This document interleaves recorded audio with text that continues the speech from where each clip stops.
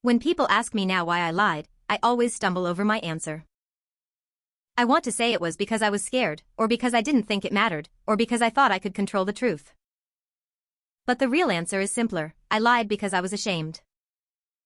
And that shame cost me my marriage, my family, and even the roof over my head. It started a little over a year ago. My husband, Jason, and I had been together for 5 years, married for 2. We weren't rich, but we had a decent life.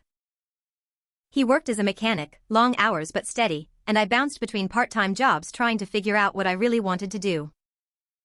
I had done retail, waitressing, and even a brief stint at a call center. None of it lasted. The truth was, I hated being told what to do and I hated making pennies while bills piled up. I wanted quick money, money that would let me breathe. One night, a girl I knew from high school messaged me. She had been working at a strip club in the city, and she posted these photos of vacations, shopping bags, nights out. She told me she made in one weekend what I made in a month. I laughed at first, said I could never. But then she told me the truth about how much she cleared in tips, about the men who came just to throw money at pretty girls who smiled, and something in me shifted. At first, I told myself I'd just try it once. Just one weekend to see if the money was real. Jason thought I was covering an extra shift at the diner. I put on makeup I hadn't touched in months, borrowed a pair of heels, and walked into the club shaking. But by the end of that night, I had over $700 in cash stuffed in my bag. The fear disappeared the moment I realized how easy it was to pretend for a few hours. And so just once became every weekend. I told myself I was doing it for us. For the bills, for the debt, for the vacations we never got to take. I told myself the lie was harmless because it was for the greater good. But the problem with lies is they always spread. Jason would ask why I smelled like perfume that wasn't mine, or why I was exhausted after a diner shift, and I'd spin another story. I started telling my dad too. He thought I was finally sticking to waitressing. He was proud that I was earning honestly. Every time he said it, the guilt stabbed deeper. Months passed, and I got better at lying. Too good. I started stashing money in a separate account, planning surprises for Jason, telling myself one day I'd confess after I had something big to show for it, like a down payment on a house. But lies don't stay buried. It all unraveled on a Sunday morning. Jason was doing laundry when he found one of my club outfits shoved deep in the hamper. A tiny sequin dress I never wore anywhere else. He asked where it came from, and I froze. Instead of telling the truth, I panicked. I laughed it off, said Mia lent it to me for girls' night. Jason didn't buy it. He asked straight out if I was cheating. And instead of admitting the stripping, I dug myself deeper. I swore up and down I'd never cheat, that he was imagining things, that he was insecure. He looked at me with these tired eyes, like he wanted to believe me but couldn't. That night, he didn't come to bed. A week later, the truth came out, but not because I confessed. One of Jason's coworkers had gone to the club with friends. He recognized me instantly. By the next morning, Jason's phone was blowing up with messages. "Bro, isn't this your wife?" He showed me the photo, his hands shaking.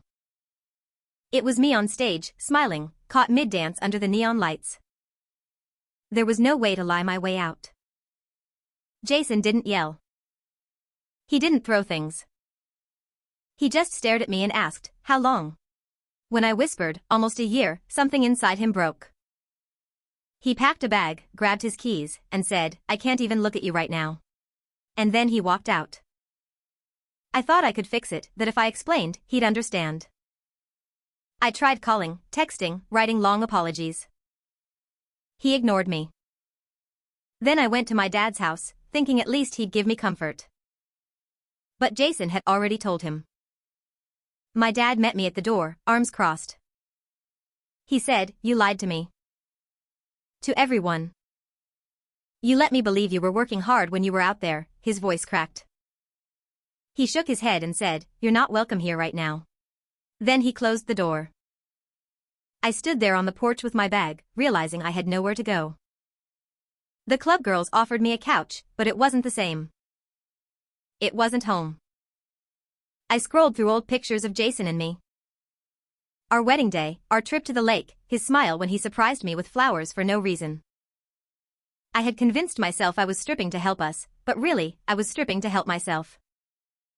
To feel powerful, to feel like I wasn't failing. But I had failed in the one place it mattered. Being honest with the man who trusted me. Weeks passed. Jason filed for divorce. My dad barely spoke to me. Word spread fast in our town, and soon I couldn't go anywhere without whispers. At the grocery store, I'd hear, "That's her," followed by snickers. Jobs refused me after Googling my name. I had money saved, but it drained fast with no support system. I had told myself stripping was temporary, that I was smarter than the risks. Instead, I was left with cash that disappeared and consequences that stuck. Jason, from what I hear, is doing fine. He moved in with a buddy, kept working, started running again. He cut me out clean, like ripping off a band-aid. My dad still talks to him sometimes. They always got along. Meanwhile, my calls go unanswered. Sometimes, late at night, I replay it all in my head. If I had just told Jason the truth from the start. If I had trusted him instead of lying.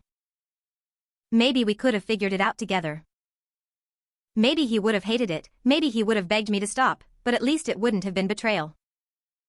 At least I wouldn't have destroyed the one thing that mattered more than money, his trust. The last time I saw him was at the courthouse. He looked thinner but steadier. When our eyes met, I tried to mouth "I'm sorry." He just nodded politely, then looked away. That nod cut deeper than shouting ever could. It was the nod of someone who was done. Who had moved on. Now I'm the girl everyone points at. The girl who lied, stripped, and lost it all.